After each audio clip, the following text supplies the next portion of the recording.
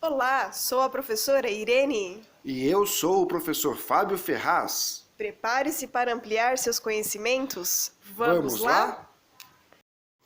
Na aula de hoje, nós iremos falar sobre pH, potencial hidrogeniônico e semelhanças atômicas, ou seja, os átomos isótopos, isóbaros e isótonos.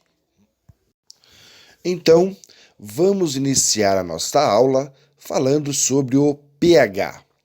O pH é uma sigla que significa potencial hidrogeniônico, ou seja, é uma medida da qualidade de um determinado meio de estudo em relação à sua acidez.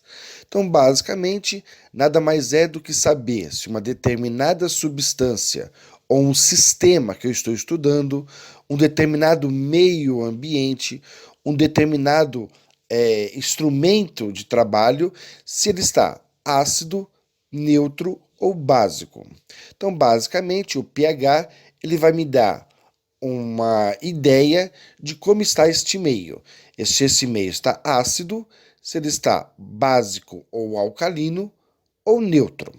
E este pH ele está relacionado diretamente com os íons H+, que vai dar a acidez ao meio ambiente, e o íon OH-, que vai dar a bacilidade, ou seja, a alcalinidade do meio ambiente. Quanto mais H+, mais ácido é o meio ambiente, é a substância. Quanto mais OH-, mais básico, mais alcalino é esta substância. As substâncias que revelam a presença de íons livres em uma solução são conhecidas como indicadores. Esses mudam de cor em função da sua concentração de íon H+ e de íon OH- de uma solução, ou seja, do pH. Então, de forma geral, o pH ele é subdividido em uma escala que vai de 0 a 14, sendo 7 o número neutro. Então, as soluções que têm o pH e dão 7 com pH, nós falamos que é uma solução neutra. Quanto menor for a escala em relação ao 7, ou seja, mais próximo do zero, mais ácido é a substância. E quanto mais longe do 7, no sentido do 14, mais básico ou alcalino é a substância. Então, 7 é substância neutra, quanto menor ao mais próximo do zero, mais ácido é a substância, e quanto maior do que 7, mais próximo de 14, mais alcalino ou básico é a substância. Num ambiente ácido, nós temos bastante íons H+ liberados, enquanto que numa substância alcalina ou básica, nós temos bastante íon OH- liberado. E numa substância neutra, a quantidade de H+ e a quantidade de OH- elas são idênticas. Então, ou seja, esses íons se neutralizam, formando basicamente a água pura, vamos assim dizer. Então, H+ com OH- formaria, por exemplo, a água pura. Então, nós teríamos, quanto menos for essa escala, ácido. Quanto maior for essa escala, básico. E no meio, neutro. Nesta imagem, nós temos mais uma vez representado os ambientes ácidos, os ambientes neutro e os ambientes básicos ou alcalinos. Então, nesta representação, os vermelhos representariam o íon H+, também chamados de cátions, já que eles são positivos, e as estruturas em azuis representariam o íon OH-, também chamado de ânions, já que são eletronicamente mais negativos. Então, no ambiente ácido, como podemos ver, nós temos bastante concentração do íon H+. No ambiente básico ou alcalino, nós temos bastante concentração do íon OH-. Já no ambiente neutro, nós vamos ter a mesma proporção de OH e de H. Então, no ambiente neutro, as proporções são iguais. No ácido, maior H+, mais cátion. E no básico alcalino, maior ânion, OH-. E temos aqui, nesta imagem, uma representação da acidez de determinadas substâncias. Então, como substância neutra, nós temos como exemplo a água que nós consumimos, né? De forma geral, a água potável ela está em torno de 7, o seu pH. Abaixo de 7, nós temos as substâncias que são ácidas. E quanto mais próximo de 0, mais ácido é a substância. Lembrando que o nosso ácido estomacal, por exemplo, ele está em torno de 1 a 2 de acidez, então é super ácido, né? E nós temos do outro lado da tabela, né, a partir do 7, né, de 7 para cima, maior do que 7, nós temos o ambiente alcalino ou básico, que são substâncias que são contrárias ao ácido. Então, um exemplo que nós temos aqui são os chamados antiácidos estomacais. Então, quando você está, por exemplo, com o estômago irritado, uma acidez mais do que o normal, você toma um antiácido para neutralizar esta região. E é o que nós vamos falar agora no próximo slide sobre neutralização. Então, vamos agora falar sobre a neutralização.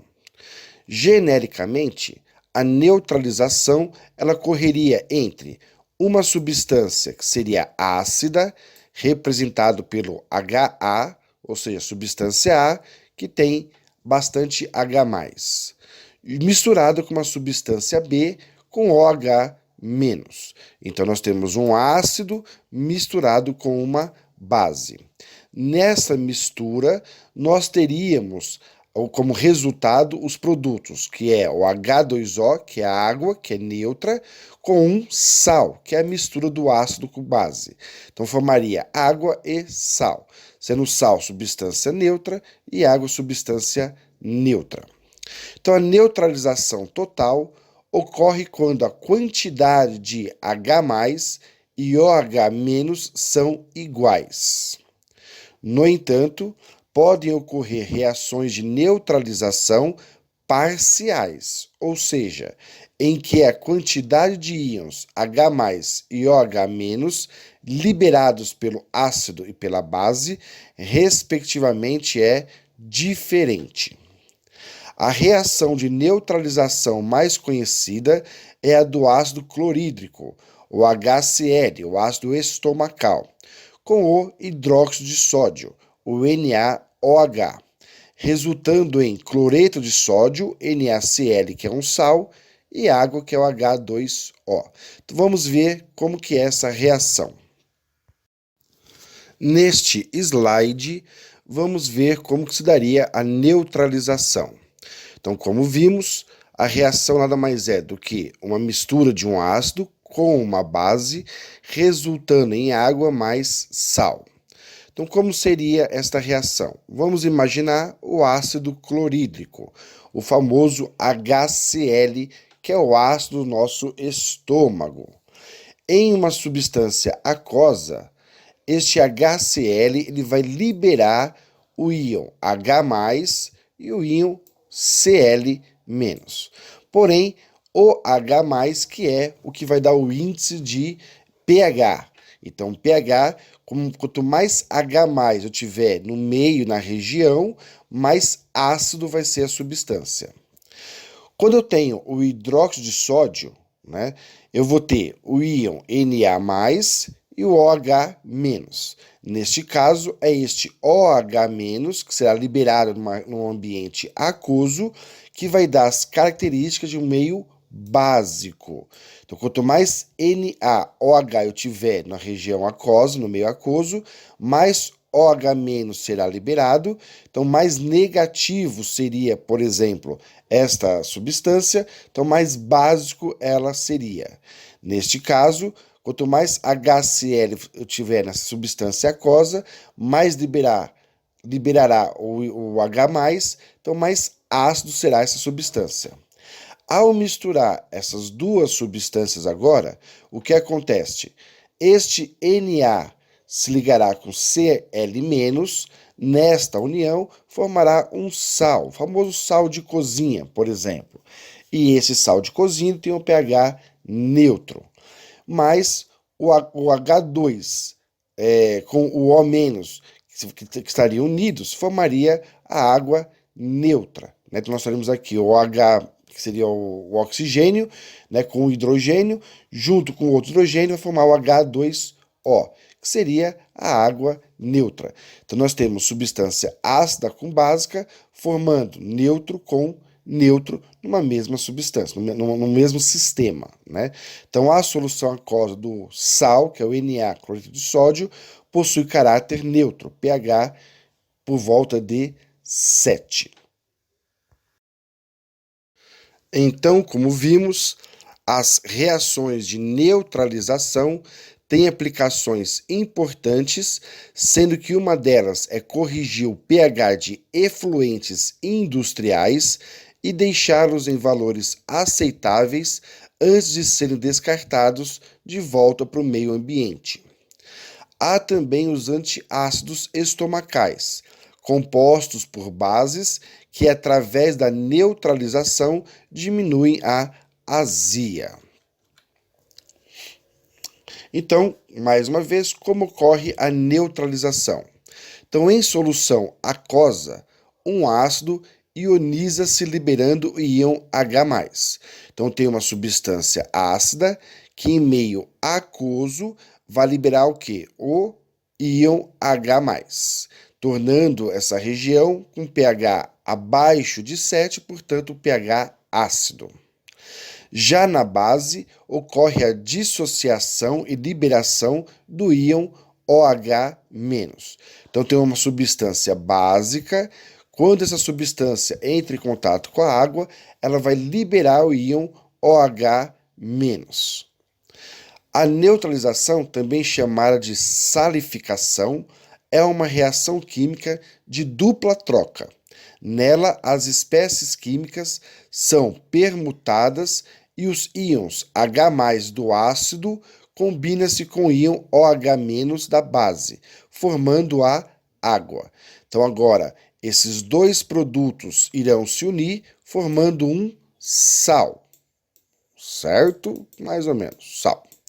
E os dois íons liberados, H+ e OH-, vão se juntar formando agora as moléculas de água. E dessa forma eu formo um sal mais a água, e tanto o sal como a água são substâncias com pH 7, portanto, neutras. Então, da mesma forma, o ânion do ácido une-se ao cátion da base e formam o sal, substância característica desse tipo de reação. Vamos, nesse slide, fazer mais uma vez a comparação. Então, vamos imaginar um sistema onde eu tenho apenas o HCl, o ácido clorídrico. Basicamente, eu vou ter a condição ambiental menor do que 7, portanto, tem um caráter ácido. Uma outra substância que seria o hidróxido de sódio, o NaOH. Isoladamente, dentro do ambiente aquoso, vai liberar o OH-, que vai dar as características de um meio ambiente básico ou alcalino. Ao misturar as duas substâncias, eu vou ter o que agora? A interação do OH com o H formando a água, que é uma substância neutra. E o sal formado pelos produtos que foram liberados também por essas substâncias. Então, eu vou ter o sal, que é uma substância neutra, com a água, que é uma substância neutra, portanto, chegar ao ponto de equivalência, onde o OH e o H+ são equivalentes, e aí a substância se torna neutra.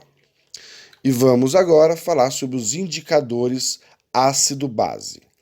Os chamados indicadores ácidos-bases são utilizados para medir o pH de uma solução.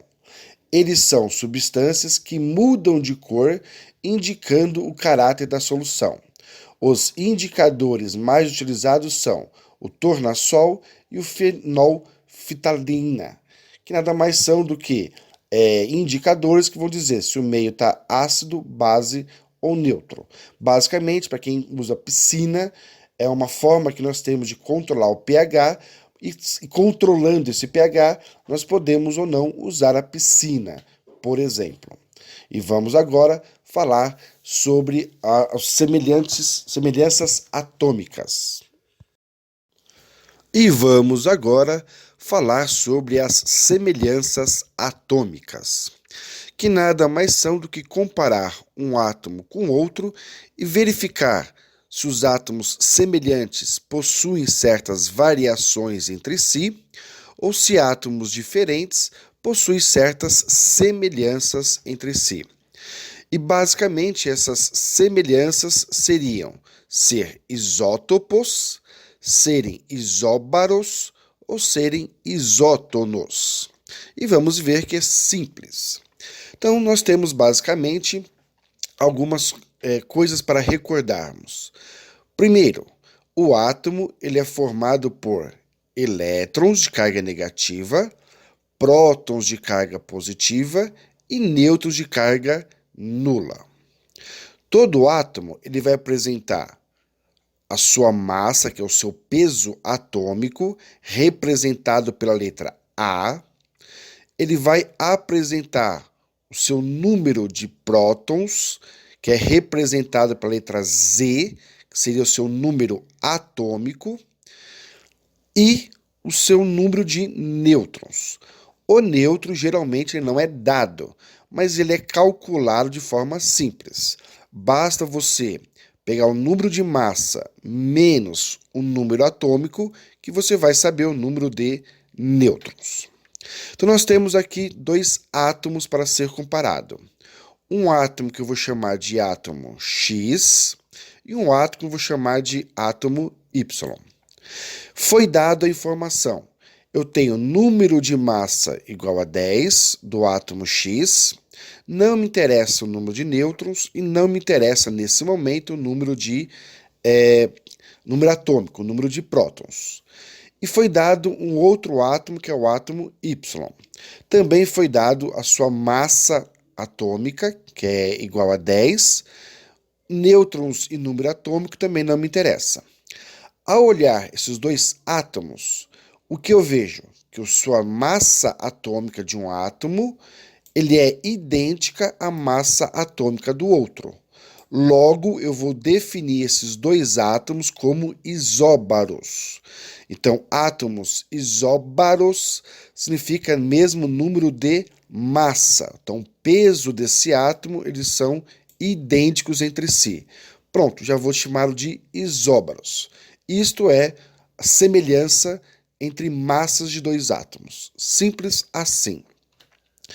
Vamos agora falar dos átomos isótopos, né? Ou seja, a parte de prótons.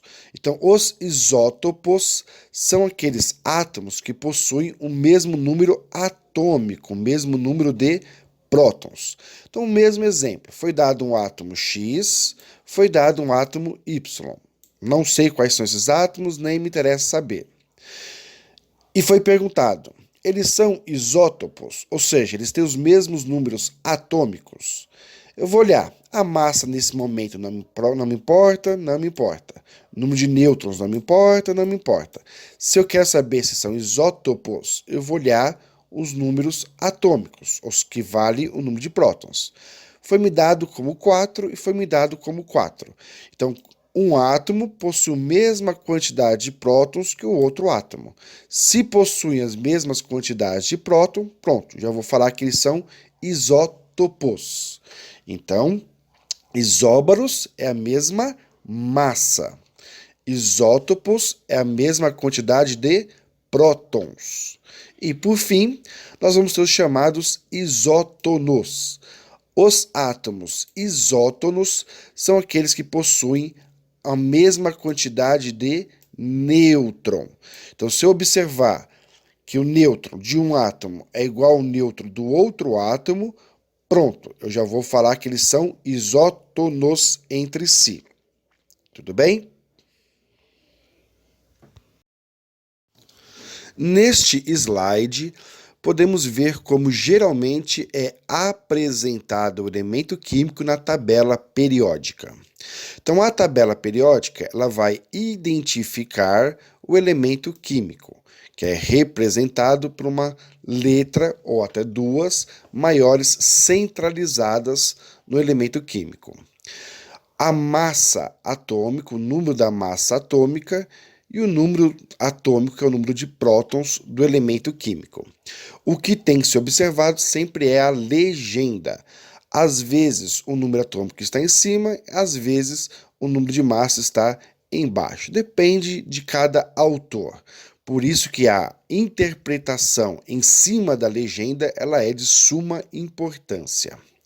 O que nenhuma tabela periódica, de forma geral, traz são os números de nêutrons.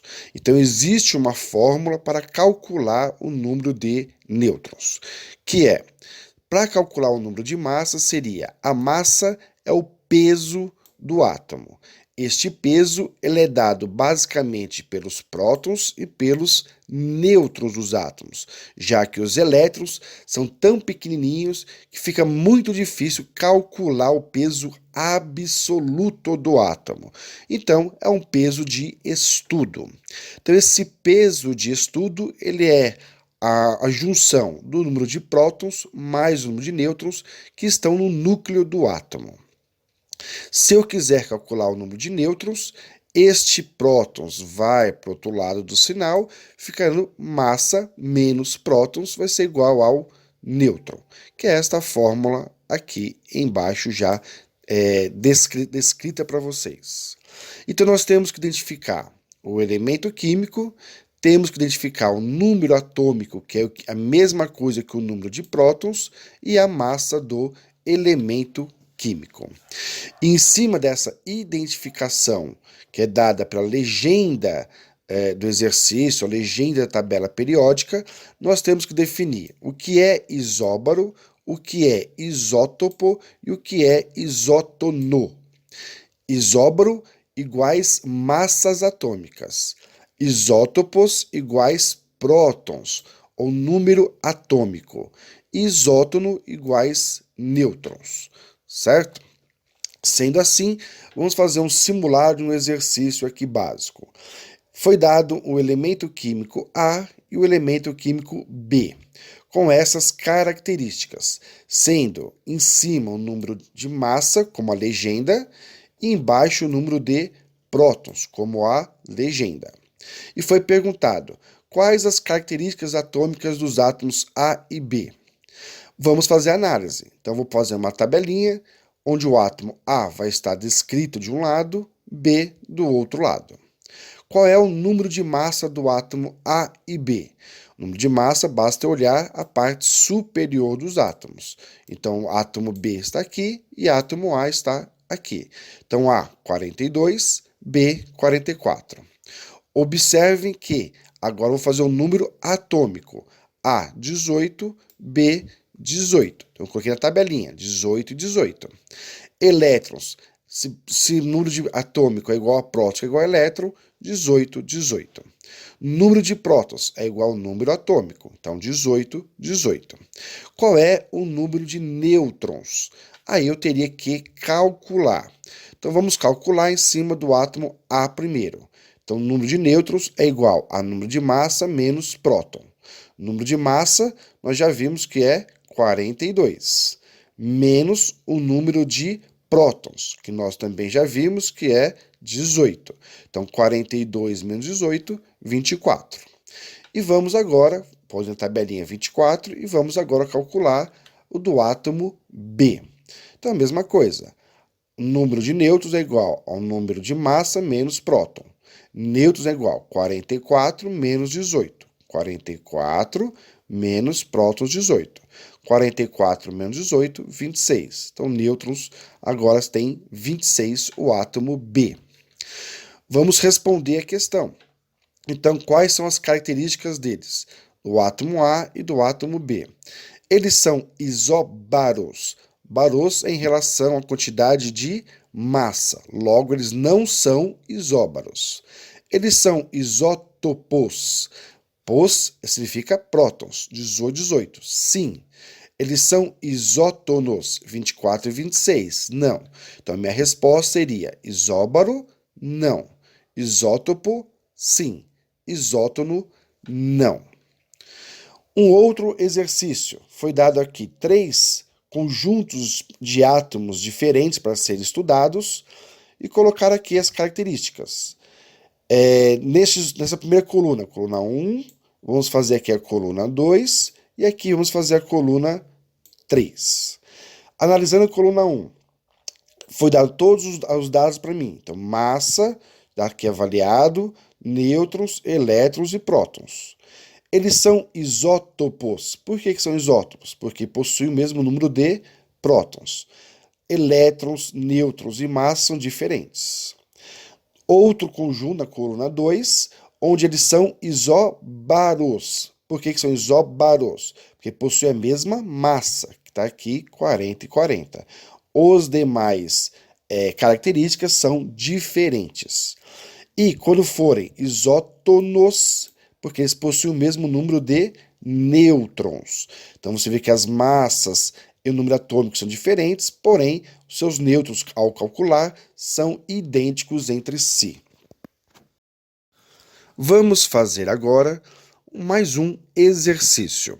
Então, o examinador me deu essa imagem, com a seguinte informação. Observe a imagem e diga qual a semelhança atômica entre os átomos. Se são as semelhanças atômicas, é para saber se eles são isóbaros, isótopos ou isótonos. Ele já me deu a legenda, dizendo que embaixo é o número atômico, em cima é o número de massa. E, para calcular o número de nêutrons, eu tenho que lembrar da fórmula. Massa é igual a prótons mais nêutrons. Logo, para calcular nêutrons, eu tenho que fazer o recálculo dessa fórmula, chegando a dizer que a massa menos próton vai ser igual ao nêutron. Então, aqui embaixo eu sei que é o número atômico. Então, 1, 1, 1. Em cima é o número de massa. 1, 2, 3. E aqui está a representação dos átomos. 1 prótons, 1 prótons, 1 prótons. O que será essas bolinhas aqui? Se eu fizer os cálculos, 1 de massa menos 1 de próton, eu chego a 0 nêutron. Então, eu sei que esse átomo tem 1 próton, tem 1 de massa atômica e, portanto, 0 nêutron. Se eu fizer o outro cálculo, 2 menos 1 vai dar 1 nêutron. E se eu fizer o outro átomo, 3 de massa menos 1 de número atômico, 2 nêutrons. Então, eu posso deduzir agora que aqui neste átomo está representado prótons, aqui está representado o nêutron e o elétron, já que elétron e prótons eles são iguais dentro de um modelo de estudo. Então, aqui nós temos um átomo de hidrogênio com 1 elétron, 1 próton e 0 nêutron. Um outro átomo de hidrogênio que tem 1 elétron, 1 prótons e 1 nêutron. E um terceiro átomo de hidrogênio que apresenta 1 elétron, 1 prótons e agora 2 nêutrons. Os átomos de hidrogênio que apresentam 1 próton, 1 elétron e 0 nêutron, nós chamamos de prótio. Um átomo de hidrogênio que apresenta 1 elétron, 1 próton e 1 nêutron, nós chamamos de deutério. E o átomo de hidrogênio que apresenta 1 elétron, 1 prótons e 2 nêutrons, nós chamamos de trítio. E podemos concluir por essa imagem que 99,99% do elemento químico hidrogênio na natureza se apresenta desta forma.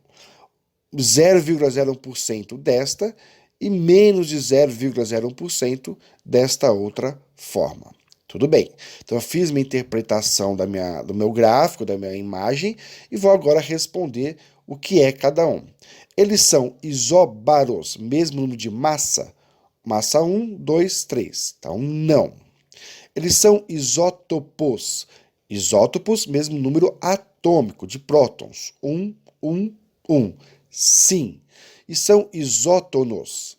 0, 1, 2. Então, a conclusão final que eu chego nesse exercício é que não são isóbaros, são isótopos e não são isótonos. Tudo bem?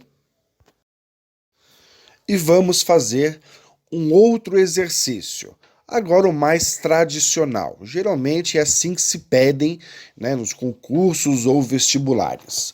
Então o examinador dá esta imagem e faz a seguinte observação. Observe a imagem e diga qual a semelhança atômica entre os átomos. Então, se é semelhança atômica, eu tenho que lembrar que ele quer saber o que é isóbaro, quais são os isótopos e quais são os isótonos. Ele me deu já a legenda, dizendo que em cima é o número de massa, embaixo é o número atômico. Portanto, no meio sobrou o número de nêutrons. Primeira coisa que eu tenho que avaliar os átomos. Eu tenho 3 átomos, o X, o Y e o Z. No átomo X, ele me deu a massa e me deu o número de nêutrons. Está faltando um número de prótons. No átomo Y, ele não me deu a massa, mas me deu o número de nêutrons e me deu o número de prótons. Já no átomo Z, ele me deu a massa, não me deu nêutrons, mas me deu o número atômico, que é o número de prótons. Em cima desses dados, eu vou ter que saber qual é isóbaro, isótopo e isótono. Primeira coisa que eu tenho que fazer é lembrar da fórmula básica. Qual é a fórmula básica? Lembrar que o peso do átomo é dado pelo número de prótons mais o número de nêutrons. E a partir dessa fórmula básica, eu vou manipular esta fórmula buscando as outras incógnitas, os outros números faltantes. Então vamos lá. Primeira coisa que eu vou fazer é calcular o número de X. Então X, o átomo X, eu sei que tem 20 na massa atômica, 10 de nêutrons. Está faltando um número atômico, que é Z. Então, Z é igual ao número de massa menos nêutron. Número de massa 20 menos 10 do nêutron, então Z é igual a 10. Então, meu número atômico é 10. Vou fazer a mesma coisa em relação ao átomo Y. Então, eu preciso agora a massa. A massa, que é a fórmula básica, significa que é prótons mais nêutron. Então, prótons eu tenho 15 mais 5 de nêutrons, 15 mais 5, 20. Então, 20 é minha massa atômica. E vou fazer a mesma coisa agora para o elemento Z. Então, Z está faltando o nêutron. Então, eu sei que nêutron é igual a massa menos próton. A massa vale 15 menos 10, que é do elemento que é do próton, 15 menos 10 igual a 5 nêutrons. Então, refazendo agora os meus átomos X, Y e Z, eu vou ter a seguinte fórmula. X, 20, 10 e 10. Y, 25, 15. E Z, 15, 5, 10. Agora eu posso fazer a avaliação. Quais são isóbaros? Baros significa massa atômica. Quais são as massas atômicas? Nós temos agora X e Y. Isótopos são o número de prótons. Avaliando os prótons, eu tenho X e Z. Isótonos é a avaliação dos nêutrons. Avaliando os nêutrons, eu tenho o Y e o Z. Portanto, minha resposta seria isóbaros, X e Y. Isótopos, X e Z. Isótonos, Y e Z. Tudo bem? E para finalizarmos a aula de hoje, saber da importância de sabermos essas semelhanças atômicas na prática. Então vamos analisar o átomo agora de uma outra forma. Nós já sabemos que o átomo é formado pelos elétrons de carga negativa, prótons de carga positiva e nêutrons de carga nula. Qual é a função do elétron no átomo? Podemos, de forma resumida, dizer que ele serve para promover as ligações químicas, ou seja, um átomo se liga a outro átomo, formando as moléculas, e essas moléculas formam as substâncias através dos seus elétrons. Então, os elétrons, ligações químicas. Podemos associar os prótons com a sua identidade química, ou seja, os elementos químicos com os mesmos números de prótons vão estar na mesma posição na tabela periódica. É a identidade do elemento químico. E os nêutrons? Os nêutrons podemos associá-los com a radioatividade que um átomo pode eliminar. Então, dentro da análise dos nêutrons, nós temos nêutrons estáveis e nêutrons instáveis. Um átomo que tiver os seus números de nêutrons estáveis, equilibrados, não produzem radioatividade.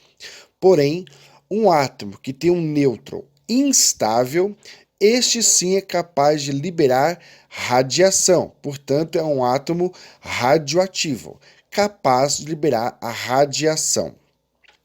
Então, este conhecimento vai ter como função primordial o quê? Saber se o determinado átomo ele é radioativo ou não. Se o seu núcleo estiver instável, logo ele é um átomo que emite radiação. E esta radiação emitida, de certa forma, o homem pode usar para a produção de energia elétrica, por exemplo, né? Mas o que o átomo busca? Ele busca sua estabilidade, ou seja, ele quer que o seu número de nêutrons se estabilize. Então, é desta forma, por exemplo, que os homens podem manipular os átomos, tornando-os radioativos e produzindo energia para que possamos usar no nosso dia a dia, na nossa humanidade. Então, basicamente, esta é a função de saber quando um átomo está ou não estável ou instável. E lembrar que as radiações, de forma geral, elas podem ser alfa, beta ou gama, onde alfa libera radiações positivas, beta as radiações negativas e gama seria radiações neutras, vamos assim dizer, né? E, dentro da física, lembrar que os corpos opostos se atraem, enquanto que os iguais se repelem. Então, carga positiva atrai carga negativa, carga positiva atrai carga negativa, enquanto que a radiação neutra ela não é atraída nem pelo positivo e nem pelo negativo. Então aqui está mais um exemplo. Quando eu tenho um átomo estável, por exemplo, eu posso acrescentar nêutrons nesse átomo e este átomo começa a se tornar um átomo instável e, buscando a estabilidade, ele libera essa radiação, procurando normalizar o seu núcleo. E essa radiação ela pode ser usada pelo homem, por exemplo, na produção de energia elétrica. E lembrar que essa instabilidade do nêutron, né, do núcleo do átomo, ela é desde forma natural, como ela pode ser induzida pelo homem de forma artificial. O tal do enriquecer, né? O enriquecimento de urânio, ou enriquecimento de qualquer outro átomo, para que ele possa promover as radiações químicas. Então nós temos, por exemplo, aqui, né, um átomo de urânio, onde ele foi enriquecido, conforme ele vai sofrendo o seu decaimento, vai produzindo energia radioativa, ele vai se transformando até formar em chumbo, né? E o chumbo seria a parte estável de um átomo de urânio enriquecido. Então, o urânio enriquecido, que é um átomo, né, pode ser manipulado até formar um átomo de chumbo estável, né?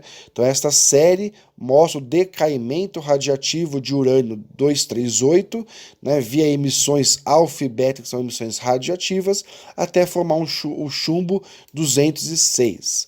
Na sequência, né, vários isótopos instáveis de outros elementos são formados, mas o único elemento estável é o chumbo 206.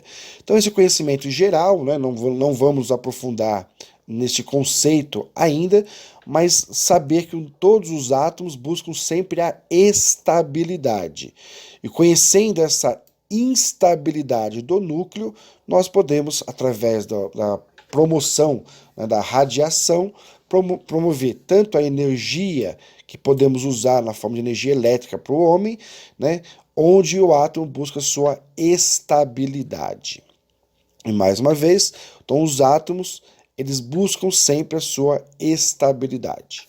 E assim damos por encerrado mais uma videoaula. Agradecemos a vocês e esperamos na próxima aula. Muito obrigado a todos.